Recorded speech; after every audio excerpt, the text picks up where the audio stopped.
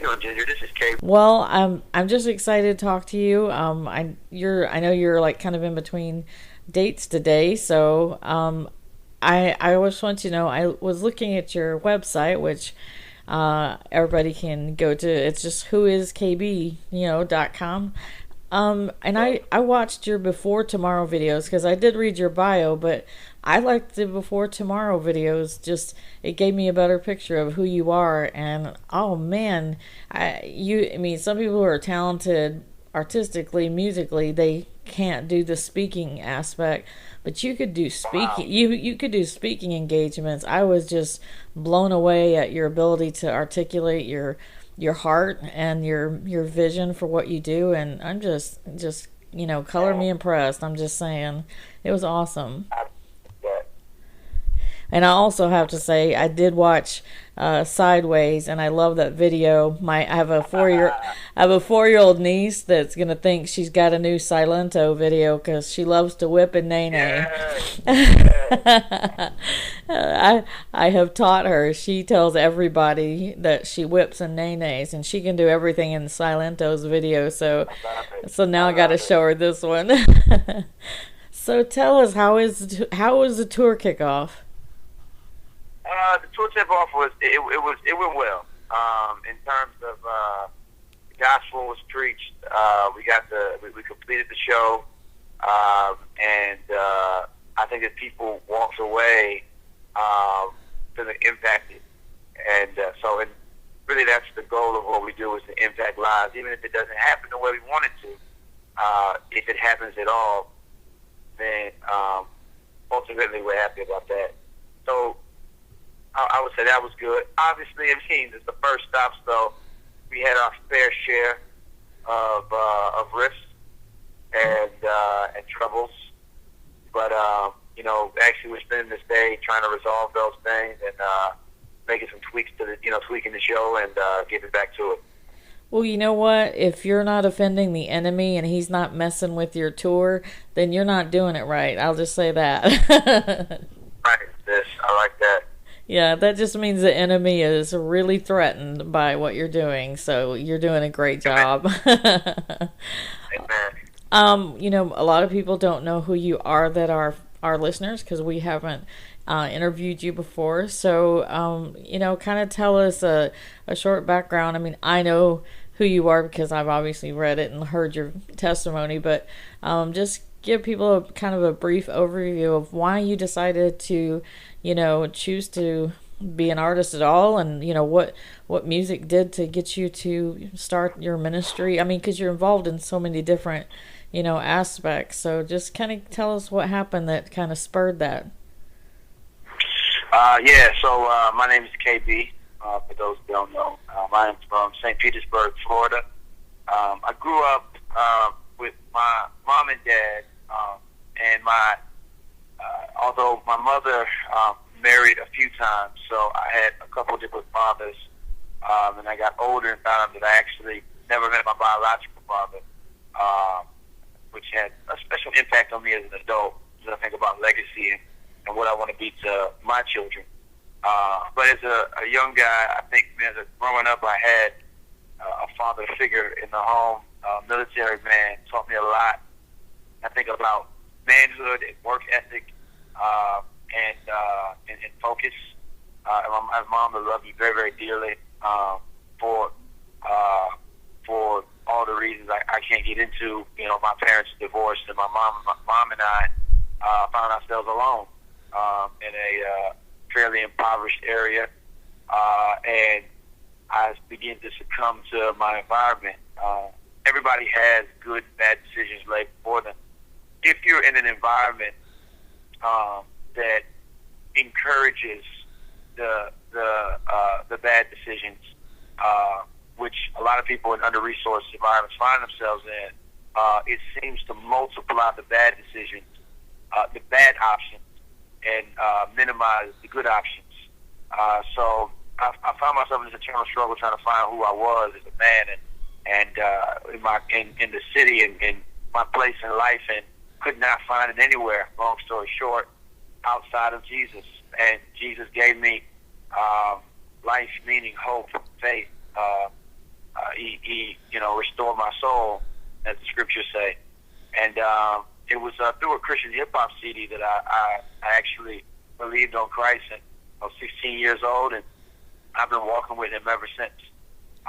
So since then, I was in the accelerated program in school. I got to start college early, and I could graduate high school with an AA degree. And I decided I felt like God was leading me to not pursue, these were the rest of my colleagues were pursuing, and pursue him more intimately, and more, I don't want to say that if you do go to a secular college, you're not pursuing him. But for me, there was something special about not pursuing a career in anything else outside of theology. Right. And so I went to Bible college and spent 4 years there studying God and going on mission trips. And at the end of it, I found myself receiving a record deal from Lecrae. And the new chapter of my life has been the 116 movement.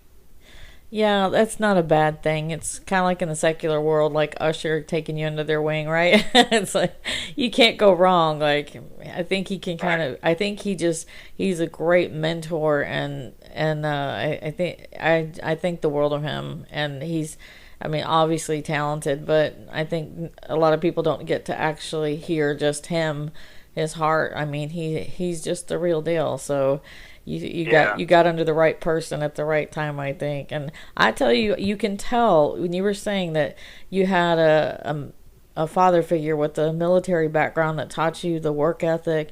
Between that and your boxing, I think that's what makes you that makes you a stupendous hip hop artist, because I was listening to your video and you were saying that you look like you were literally fighting. And I'm not even going to joke, because I don't when it comes to ministry, but it literally, I got the Holy Ghost goosebumps watching you perform after I heard that.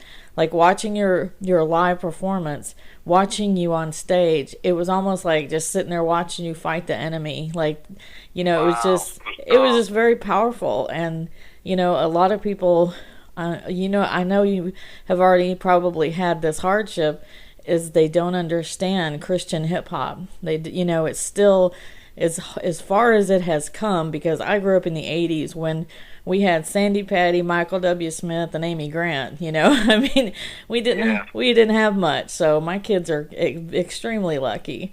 I have to constantly find new artists like yourself to give to my kids who are in college, so they have someone else to listen to.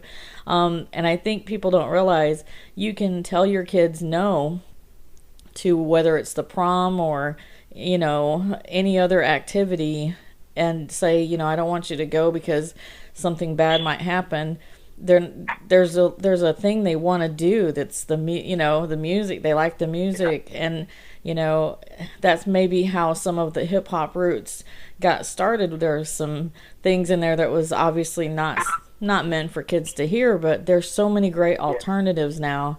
And I wish more people in radio, could kind of embrace just the thing that kids need. They need something you can say yes to. You need to, for every kid that is, a big fan of some really talented people like Drake or whoever, there's a lot of songs they can't listen to that's going to influence them the wrong way.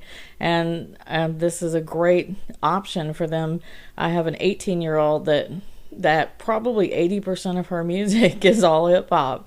And, so thankfully there's a lot of options for me to send to her right now.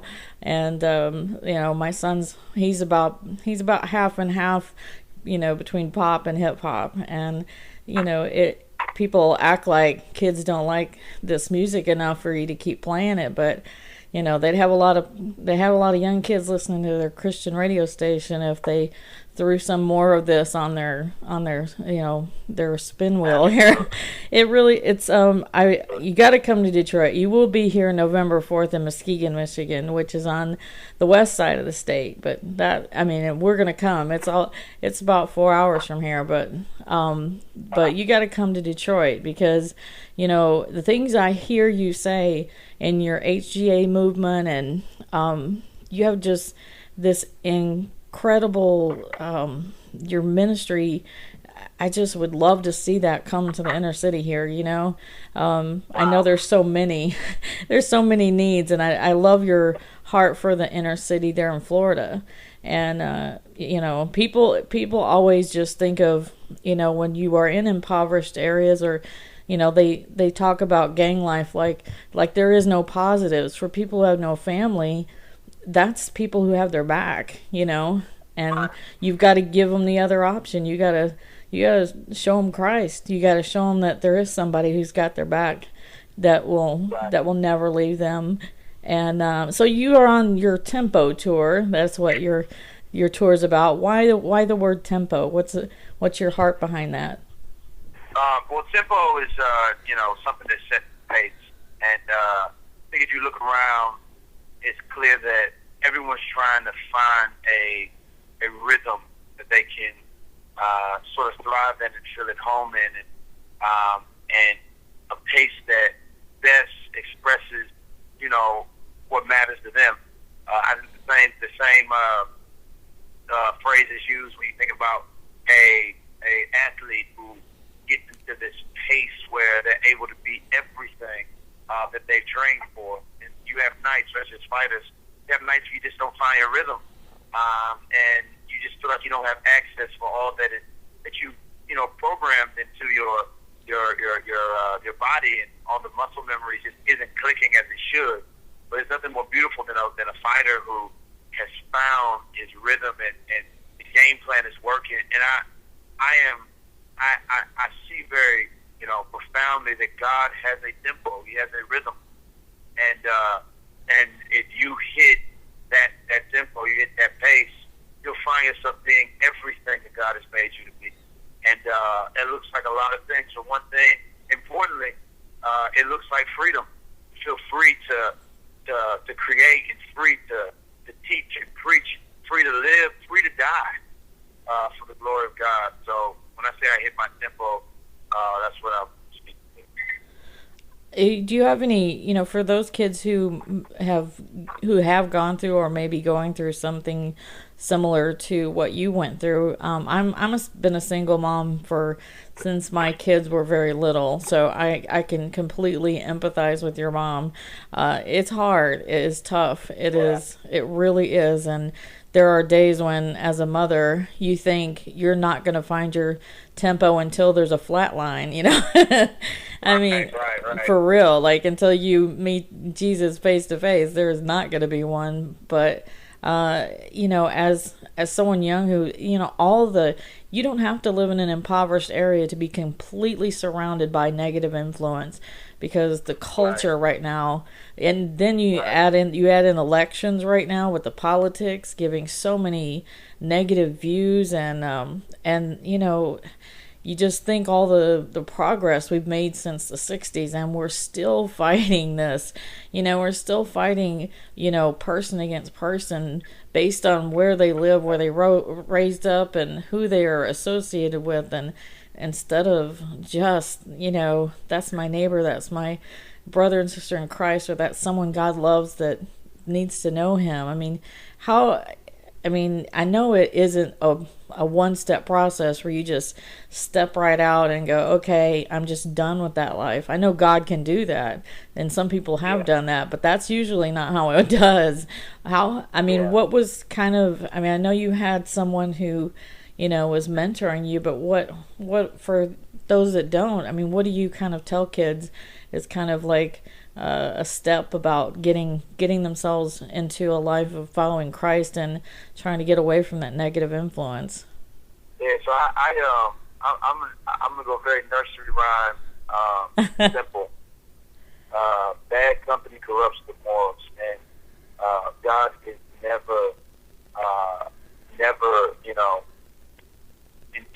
us to try to live with folks who are going to everywhere that we should not be going, and not have any sort of fellowship with those who are going where we ought to be going.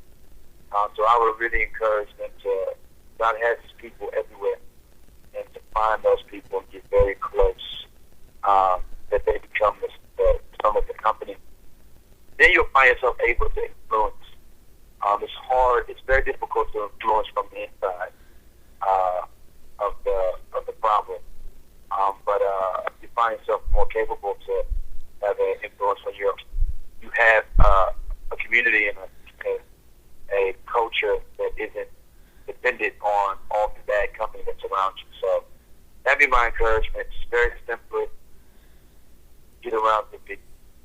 Yeah, it's there's that old saying, it's hard to soar like an eagle when you're surrounded by turkeys. It's a joke, but it's true. Your company does become you, and vice versa. It's harder for you to influence the people around you than the other way around. I can just say, please, write a book or do like a video series, of speaking. I would love to hear your theology. I would love to hear that. You're just an incredible speaker. Just want to make sure that you are anointed in that area, as well as the music. So please do something with that. So at some point, write a book or do a series of some kind. Hook up with Dr. Tony Evans down there. I grew up in Texas, and hook up with somebody like him and just do a series with like that. It's Absolutely. Oh, that's so awesome. I cannot wait to see you in November. I'm so sorry it's so far away. Come to Detroit. That's all I'm saying. If you need to hook up, you got my number. You call me if you got a problem getting a gig out here, because I will make it happen. Thank you so much. God bless you for everything you do.